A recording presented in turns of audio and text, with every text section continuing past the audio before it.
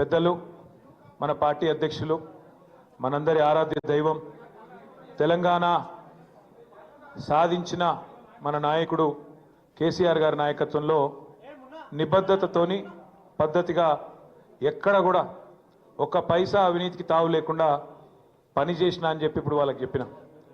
ACB వాళ్ళు అడిగితే 82 ప్రశ్నలు అడిగినారు. కాకపోతే పాడిందే పాటరా అన్నట్టు అడిగిందే మళ్ళీ అడుగుడు తప్ప కొత్త విషయం ఏం లేదు. వాళ్ళకి ఏంటంటే పాపం రేవంత్ రెడ్డి బల్మీటికో కేసు పెట్టించిండని వాళ్ళకు కూడా అర్థమైంది. వాళ్ళు కూడా ఇబ్బంది పడుతున్నారు వాస్తవం చెప్పాలంటే. ఎందుకంటే కేసుల విషయం లేదు.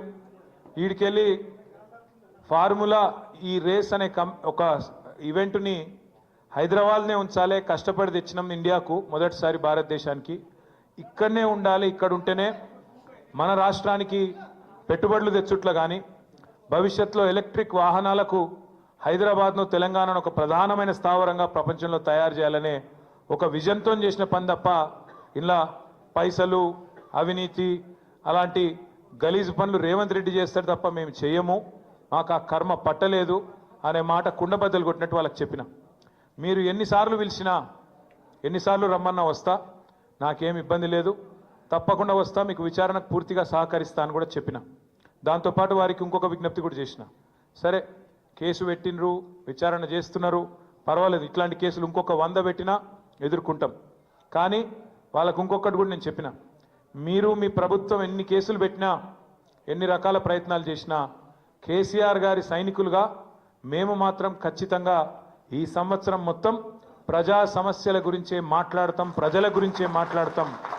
మీరు ఎత్తగొట్టిన రైతు భరోసా గురించి మాట్లాడతాం, మీరు ఇయ్యని 4000 పెన్షన్ గురించి మాట్లాడతాం, మీరు ఇస్తానని చెప్పి మోసం చేసిన మహాలక్ష్మి 2500 రూపాయల గురించి మాట్లాడతాం, మీరు ఇస్తానని మోసం చేసిన 2 లక్షల ఉద్యోగాలు మా పిల్లల గురించి మాట్లాడతాం.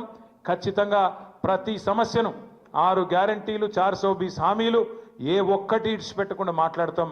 నువ్వు ఇటువంటి కేసులు 100 పెట్టుకో, వదిలిపెట్టమని చెప్పిన. సరే కేసు లేదు పీసు లేదు, నిజంగా చెప్పాలంటే మొన్న చెప్పినా మళ్ళీ చెప్తున్నా, ఇది ఒక లొట్ట పీసు కేసు మాత్రమే, ఇందులో ఏమీ లేదు. వీడికెళ్ళి పైసా పోయింది, ఆడ పైసా ఉన్నది. ఇక అవినీతి ఎక్కడ జరిగిందిరా అంటే వాళ్ళు ఒక్కొక్కరు నీళ్ళు మింగుతున్నారు. అందుకే అడుగుతున్నా నేను రేవంత్ రెడ్డి గారిని, నీకు పైశాచికానందం ఉంది, అర్జెంటుగా నేను జైలుకు పోయినా కాబట్టి అందరినీ జైలుకు పంపాలి అని నీకు ఆనందం, నేనేమో విదేశాలు తిరిగి పెట్టుబడులు తెచ్చినా కాబట్టి నాకేమో విదేశాల స్థాయిలో మన రాష్ట్రం మన దేశం డెవలప్ కావాలని నాకుంది. నీకు మాకు తేడా అది. ప్రపంచ పటంలో హైదరాబాద్ను పెట్టాలి, తెలంగాణను పెట్టాలనేది మా నాయకుడు కేసీఆర్ కమిట్మెంటు, మా కమిట్మెంట్. మేము నీలాగా 50 లక్షల రూపాయలతో దొరికిన దొంగలం కాదు, నీలాగా లుచ్చా పనులు చేసిన వాళ్ళం కాదు. నీకు భయపడేటోడెవడు బీఆర్ఎస్ పార్టీలో తెలంగాణలో లేడు.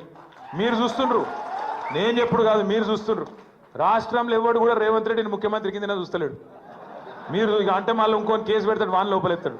నేను అనా ఆయన ఎవరో మర్చిపోయిండు పేరు అని నేను అనా. ఎందుకన్నా అంటే నిన్ను ఎవడు నేను ఏమంటున్నా అంటే నిన్ను ఎవడు గుర్తుపడతలేడు. నేనేం చెప్తా దానికి, సంవత్సరం తర్వాత కూడా నేను ఎవడు దేకపోతే నేనేం చేయాలి దానికి? ఇప్పుడు పెద్దలు ఎప్పుడో